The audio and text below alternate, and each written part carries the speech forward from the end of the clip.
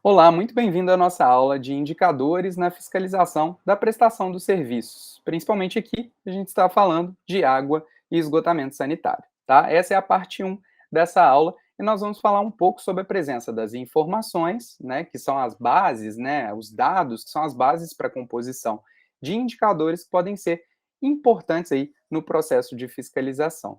Bem, pessoal, quando a gente observa, né, os fundamentos jurídicos das nossas leis de saneamento, seja 11.445, seja 14.026, nós vamos observar que dentre os objetivos, né, da legislação e das agências reguladoras estão, primeiro, a definição de padrões e normas, né, então esses padrões e essas normas disciplinam principalmente ali a qualidade dos serviços, o atendimento aos usuários.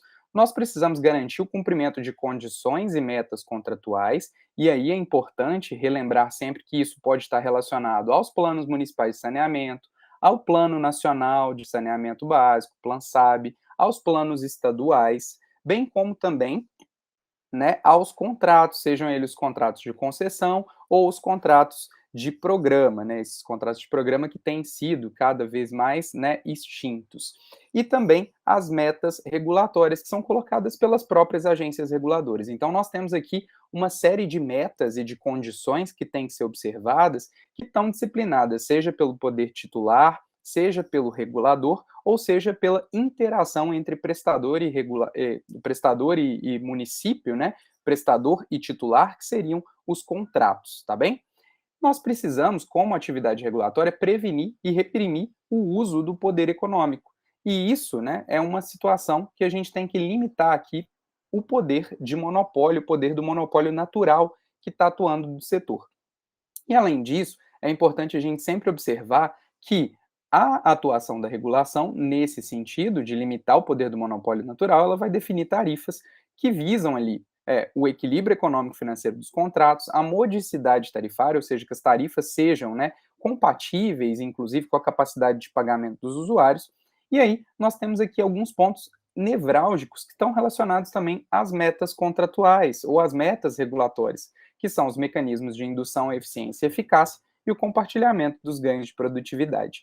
Não é o objetivo dessa aula a gente entrar em meandros desses detalhes de como que isso é feito, mas a importância aqui é ressaltar que isso deve ser feito também pela fiscalização e principalmente a fiscalização que a gente diz, né, uma fiscalização remota, uma fiscalização que não necessariamente precisa ir a campo, né, que usa praticamente a base informacional colocada, auditada, certificada, validada, para que a gente possa atuar nesse sentido, tá bom? E isso tem um link fundamental com a nossa metodologia que vigora, assim, em grande parte das agências reguladoras e que é, inclusive, né, recomendada pelo novo marco de saneamento, pela legislação nacional, que é a metodologia Price Cap ou metodologia, né, de uma metodologia tarifária, né, que visa o quê? Basicamente definir um preço teto para apuração ali,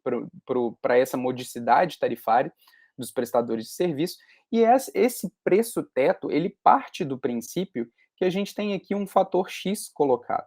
O que é esse fator X? Né? É um fator de compartilhamento de ganhos de produtividade com a sociedade a partir do momento que você define um preço limite, um preço teto, um price cap, né? Por isso que tem um bonezinho ali colocado, que é como se fosse o teto, né? O pilar, o máximo da sua cabeça. Então, quando você coloca o boné, é o preço limite. Então, esse preço limite ele precisa ser determinado com a observação de fatores que são, né, considerados aqui como compartilhamentos de ganho de produtividade. E isso enseja, inclusive, né, a validação, a verificação desses dados, o acompanhamento desses dados, e que muitas vezes pode ser relacionado, realizado de maneira remota. Cada agência reguladora tem hoje ainda, né, a liberdade para definir a sua metodologia tarifária e definir como que isso vai acontecer. Então, os indicadores podem variar de agência para agência, mas a base informacional tende a ser muito similar, tá bom? Então, por que eu dei essa introdução relacionada ao processo de definição de preços, né? Porque quando a gente fala em regulação, a gente precisa equilibrar o preço com a qualidade do serviço. Se eu defino um preço teto, um price cap, como estava colocado ali, eu preciso, em contrapartida, observar a qualidade do serviço. Por quê? Se eu defino um preço teto, o prestador ele pode deteriorar a qualidade do serviço em ordem, né, para que ele consiga ali uma remuneração maior. Então, o que a regulação tem que fazer? Ela sempre tem dois pesos que ela tem que equilibrar. Um peso é o preço e o outro peso é a qualidade. Então, a gente precisa ter tarifas que assegurem o equilíbrio econômico-financeiro dos contratos, mas dados os níveis de qualidade colocados pela legislação e pela própria agência reguladora naquilo que ela entende ser uma prestação de serviço de qualidade, tá bom? E aí, nesses pilares, a gente engata aqui duas fontes de fiscalização, que são fiscalizações aí importantíssimas. A primeira delas é a fiscalização tarifária, é a fiscalização de preços, né? É a fiscalização econômica. Essa fiscalização, ela vai observar as tarifas e os preços públicos não tarifários. Ela vai observar o cumprimento da normatização econômica, por exemplo, as revisões tarifárias que são colocadas, os reajustes tarifários que são colocados e os programas que são associados principalmente a esses momentos de revisão. Nós precisamos avaliar e monitorar o planejamento, né? Então, a gente está falando dos planos, sejam eles os municipais, etc., como a gente colocou ali naquele slide da legislação, e os contratos em relação a esses aspectos de ordem econômica. Isso pode envolver, por exemplo, os investimentos que sejam realizados ou que têm que ser realizados ao longo daquele período de concessão, suas depreciações, amortizações, enfim. E também a proposição de sanções e penalidades aos usuários, ou também a proposição ali de devoluções, de compensações aos usuários, tá? E por outro lado, nós temos uma fiscalização mais operacional que enseja, que observa um pouco mais o campo da qualidade da prestação do serviço. Essa fiscalização, ela pode ser uma fiscalização de campo, né, com proposição de medidas corretivas.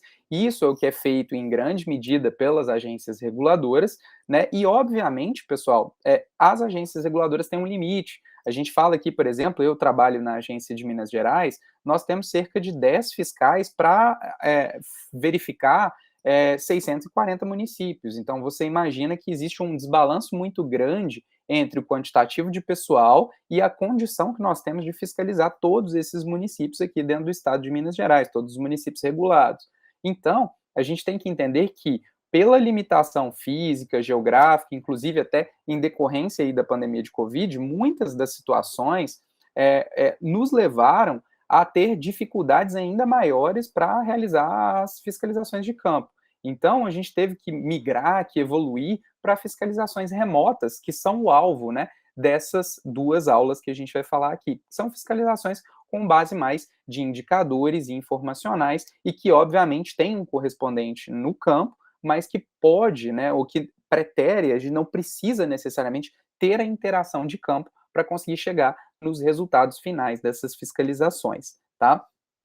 A gente pode também realizar avaliação de ocorrências pontuais decorrentes de demandas emergenciais, de racionamento, enfim, né, que podem ser demandados ali por Ministério Público, pela própria Prefeitura, pelas secretarias, né, municipais, enfim, de obras e etc. Então, a gente pode ser demandado por diversos órgãos aqui a fazer essas verificações, né. Avaliar e monitorar os planejamentos e contratos também em relação a aspectos de ordem operacional e também propor sanções e penalidades, tá? Então nós temos duas frentes de trabalho, uma frente econômica, uma frente operacional. Nessa aula aqui, nós vamos terminar falando da frente econômica e posteriormente, na próxima aula, na aula número 2, nós vamos trabalhar aí com os campos operacionais, tá bom? Bem, para vocês compreenderem a fiscalização econômica, basicamente, toda fiscalização, a maior parte dos nossos trabalhos, né, vai seguir uma ideia do PDCA, o Plan, Do, Check and Act, né? Então, a ideia é, eu preciso sempre ter um planejamento, executar esse planejamento, verificar o que aconteceu e agir com medidas corretivas para que no próximo ciclo, né, isso não aconteça novamente ou que a gente tenha uma evolução de tempos em tempos. Então, são ciclos nesse sentido. O primeiro passo, né, é a avaliação, por exemplo, ó, de metas, de contratos, dos planos municipais de saneamento ou, inclusive, das resoluções tarifárias da agência, enfim. Então, a partir do momento que eu vou planejar uma fiscalização, principalmente uma fiscalização aí remota, as fiscalizações econômicas majoritariamente, quase 100% delas, né, digamos assim, são remotas, a gente vai definir ou planejar qual é o alvo daquela fiscalização. Então, essa fiscalização ela pode ter o alvo de verificar algum item de uma revisão tarifária, por exemplo, programas especiais como proteção a mananciais, eu vou falar um pouquinho mais disso mais para frente, fundos municipais de saneamento básico, vou falar disso um pouquinho mais para frente, destinações específicas. Então, eu posso ter dentro de uma revisão itens que foram colocados, como, por exemplo, uma reserva de dinheiro, uma reserva de recursos para determinadas ações, ok? E essas ações eu preciso verificar depois. Elas estão sendo executadas, não estão, até que medida? O dinheiro que foi reservado para essas ações foi de fato aplicado, não foi, em ações que sejam pertinentes ou não. Então, tudo isso tem que ser acompanhado. A partir do momento desse normativo emitido, ou dessas metas, desses contratos colocados, a gente vai planejar uma ação de fiscalização e definir qual o escopo, qual que é a abordagem dela. Em função disso, a gente vai solicitar os dados ou avaliar os dados que já são rotineiramente recebidos pela agência em termos desses normativos colocados, em termos dessas regulamentações. E aí, então, a gente vai trabalhar efetivamente aqueles dados. Então, por exemplo, quando a gente faz uma fiscalização de faturas, né, a gente vai pegar e recalcular todas as faturas daquele prestador ou daquele município dentro de um período específico, por exemplo, um ano, tá?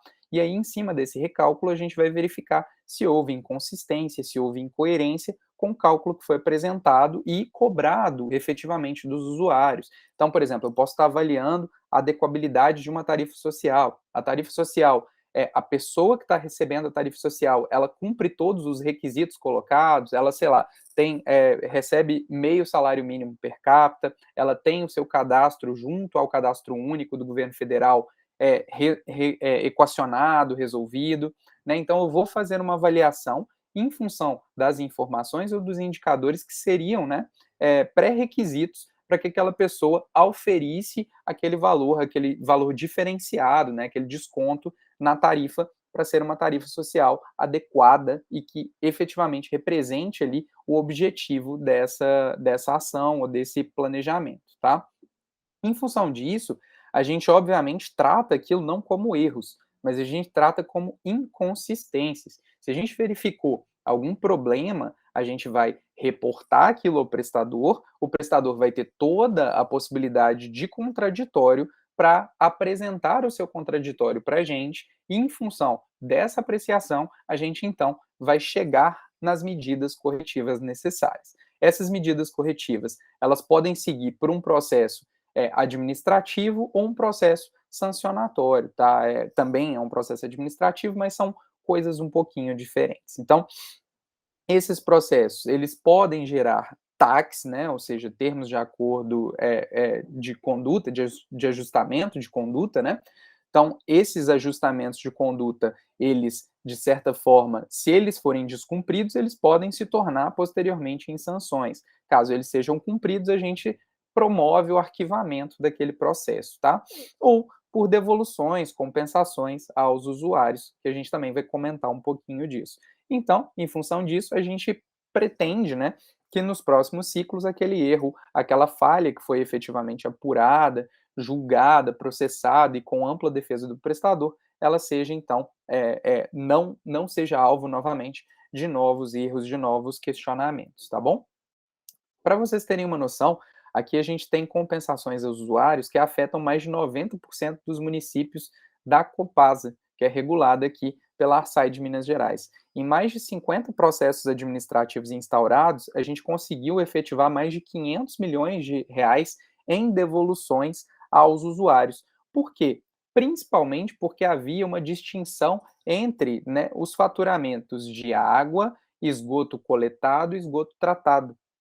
Então, como as tarifas eram diferenciadas, a gente verificava muito antes da última revisão tarifária, né, que o prestador ele atuava, por exemplo, cobrando do usuário por esgoto coletado e tratado, que era mais caro, né, do que o esgoto somente coletado. Então a gente percebia muita disfunção, né, entre o serviço que era efetivamente prestado ao usuário e o serviço que estava cadastrado, por exemplo, no sistema comercial do prestador. Isso atingiu a mais de 1,2 milhões de usuários e a gente percebeu, né, que era necessário reprimir ali esse abuso de poder econômico do prestador, determinando essas devoluções aos usuários, tá?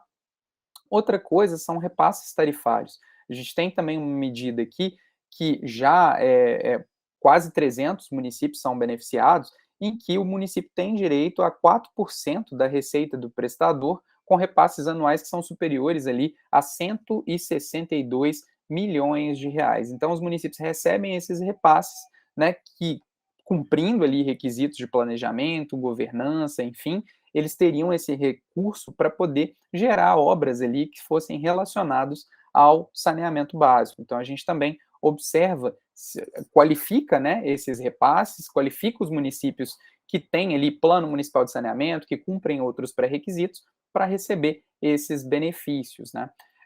E temos também uma ação, por exemplo, de proteção a mananciais, que mais de 230 municípios são atendidos. A gente tem ali 0,5% da receita anual do prestador designada a ações de proteção de mananciais e mais de 26 milhões de reais que são destinados anualmente. Então, a gente verifica se esse dinheiro que está sendo auferido pelo prestador para essa ação específica está sendo efetivamente investida ali no que precisa ser investido nas ações de proteção, de recarga de mananciais, tá bem? Então, a fiscalização operacional também segue esse mesmo princípio do Plan, Do, Check and Act, né? E eles vão observar pontos que não são tanto pontos voltados para a tarifa, mas sim voltados para o aspecto operacional. Mas existe aqui uma interseção que é aquela que eu estava comentando com vocês, né? Que existia principalmente antes da nossa revisão tarifária, que era um confronto das redes. Ou seja, eu tenho um normativo que diferencia coleta e tratamento de esgoto. E eu verificava que alguns municípios estavam cobrando tratamento onde não há coleta. Como que a gente fazia isso? Usando base informacional. Então a gente pegava o arruamento, né, das áreas urbanas, por exemplo, de cada município, nesse caso aqui é o município de Ribeirão das Neves, a gente plotava a rede de coleta de esgoto, e aí a gente pegava e confrontava, né, com essa área que era coberta pelas redes, por exemplo. Então fazia uma bufferização, ou seja, a gente ampliava, né, a área em 30 metros, por exemplo, ou seja, se a rede passa em até 30 metros daquele ponto, eu considero que aquela área é uma área atendida. E aí a gente fazia a diferença entre eles para descobrir qual que era a área não atendida. Então, olha só, eu tenho aqui redes que cobrem com tratamento uma determinada área e outra área não poderia ser atendida porque não estava coberta. Em função dessa não cobertura, a gente conseguia verificar se o banco de faturamento do prestador com geolocalizações dessas unidades, né, que estão sendo faturadas, se elas estavam sendo faturadas corretamente ou não. Então a gente tem uma checagem condicionada a aspectos operacionais, que é o confronto aí entre a área econômica, né, ou seja, o faturamento, versus a área operacional, que é efetivamente, né, o serviço prestado ou não. Então, nessa convergência, a gente conseguia determinar quem estava sendo cobrado, quem não estava sendo cobrado. Aqui tem algumas referências dessa aula e a gente segue, então, para o nosso próximo passo, que é a fiscalização operacional. Obrigado.